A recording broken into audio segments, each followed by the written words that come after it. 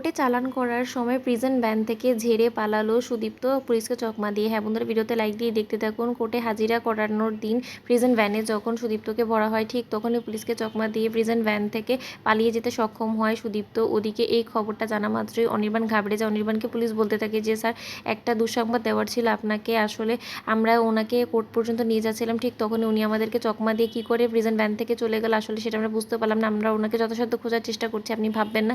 ওদিকে এটা শোনার পর অনির্বাণ বলতে থাকে, আপনি ভাবতে পারছেন ওর মতন একটা ক্রিমিনাল যখন বাইরে ঘুরছে, তখন একটা সুস্থ সবল মানুষ কী করে নিশ্চিন্তে বসে থাকতে পারে? আমার সবথেকে বেশি তো ভয় লাগছে এখন রায়ের জন্য, কারণ রায়ের সাথে ও যে প্রতিশোধটা নেওয়ার কথা বলে গিয়েছে জেলে যাওয়ার আগে, তারপরে যে ও ওর সাথে কী করতে পারে, আমি তো সেটাই ভেবে ভেবে আমার হাত পা ঠান্ডা হয়ে আসছে। তখন পুলিশ অফিসাররা বলতে থাকে, স্যার আমরা যথাসাধ্য চেষ্টা করছি তোকে খোঁজার জন্য, আপনি চিন্তা করবেন না।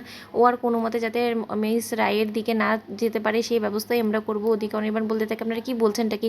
আপনারা কি করে আটকাবেন ওকে বলুন তো? ও যে সাংঘাতিক, ও যে কোনো সময় যে কোনো কিছু করে দিতে পারে। আমি এখন রায়ের হেফাজত কী করে করবো আমি সেটাই ভাবছি। ওদিকে রায় বলতে থাকে, কী হয়েছে স্যার, আপনার কোনো কিছু ঝামেলা হয়েছে? তখন রায়কে অনির্বাণ বলতে থাকে যে রায়, সুদীপ্ত নাকি জেল থেকে পালিয়েছে, আপনি ভাবতে পারছেন কী অবস্থা এখন আমাদের হবে? তখন এটা শোনা মাত্র রায় ঘাবড়ে উঠে। রায় বলতে থাকে, ওর মতন একটা শয়তান লম্পট যখন একবার জেল থেকে পালিয়েছে স্যার, তাহলে আমাদের এখন ঘোর বিপদ, আর আমাদের যে করেই হোক না কেন এই বিপদের হাত থেকে নিজেকে করতেই হবে। ওদিকে সুদীপ্ত বলতে থাকে যে রায়, আমি বলেছিলাম না যে দুনিয়াতে এমন কোনো জেল নেই যেখানে কিনা সুদীপ্ত চ্যাটার্জিকে আটকে রাখা যাবে? তুমি সাপের লেজে পা দিয়েছো, এবার তো তুমি সেই ছোবরটা খাবেই। রাই, তোমাকে আমি কোনো মতে বাঁচতে দেবো না, তোমার মৃত্যু আমার হাতেই নিশ্চিত হবে, তুমি দেখে নিও। আর ওই অনির্বাণ খুব তো বার বেড়ে গিয়েছে না, ওই কোম্পানিকে একবার বাঁচিয়ে দিয়েছে বলে মনে করছে যে ওই কোম্পানিটাকে চিরকাল ওর আন্ডারেই রাখবে, সেটা আর হবে না। এবার আমি দূরে থেকে আড়াল থেকে এমন এক বিপর্যয়ে তোমাদের ওদিকে ঠেলে দিব, তখন তোমরা এই বিপর্যয় থেকে কী করে উদ্ধার পাও সেটাই আমি দেখব। তখন আমি দেখবো অনির্বাণ, তোর এই এমপ্লয়ি রাই কী করে তোকে উদ্ধার করে সব বিপদের কাছ থেকে।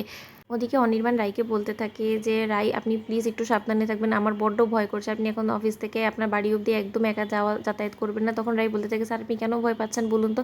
সুদীপ্তর মতন ক্রিমিনাল যখন আমাকে এতদিন অবধি কোনো কিছু করতে পারিনি, ও আর কোনোদিনও সাহস করবে না আমার অবধি পৌঁছানোর জন্য। হ্যাঁ আমি জানি ও হয়তো আমাকে উত্ত্যক্ত করার চেষ্টা করবে, ভয় দেখানোর চেষ্টা করবে, কিন্তু আমি এত তাড়াতাড়ি ভয় পাওয়ার পাত্রী নয়। আমি যদি ভয় পেতাম তাহলে তো তখনই আমি ওর ভয়ে চুপ করে থাকতাম। বলুন আপনি কেন এত ভয় পাচ্ছেন আমাকে নিয়ে? তখন রাই বলতে থাকে যে স্যার আপনি ঘাবড়াবেন না, আমি একদম ঠিক আছি, আর আমাকে ও কোনো কিছু করার একদম সাহস করবে না। ওদিকে অনির্বাণ বলতে থাকে যে রাই, আপনি বুঝতে পারছেন ও কতটা সাংঘাতিক হতে পারে, আর ও আমার ছোটোবেলার বন্ধু, আমি ওকে অনেক বছর ধরে চিনি। ও যখন রেগে যায় কারো উপরে বা কারো উপরে থেকে ওর প্রতিশোধ নিতে হয়, ওকে যে কতটা ডেঞ্জারাস হতে পারে সেটা একমাত্র আমি জানি। আর আমি এটা কল্পনা করেও ভয় লাগছে আমার যে আপনার উপরে না জানি কখন কোন দিক থেকে বিপদ চলে আসে। আমি তো সবসময় আপনার পাশে থাকবো না। ওদিকে রাই বলতে থাকে, স্যার আপনি কেন ভয় পাচ্ছেন আমাকে নিয়ে তো বলুন তো?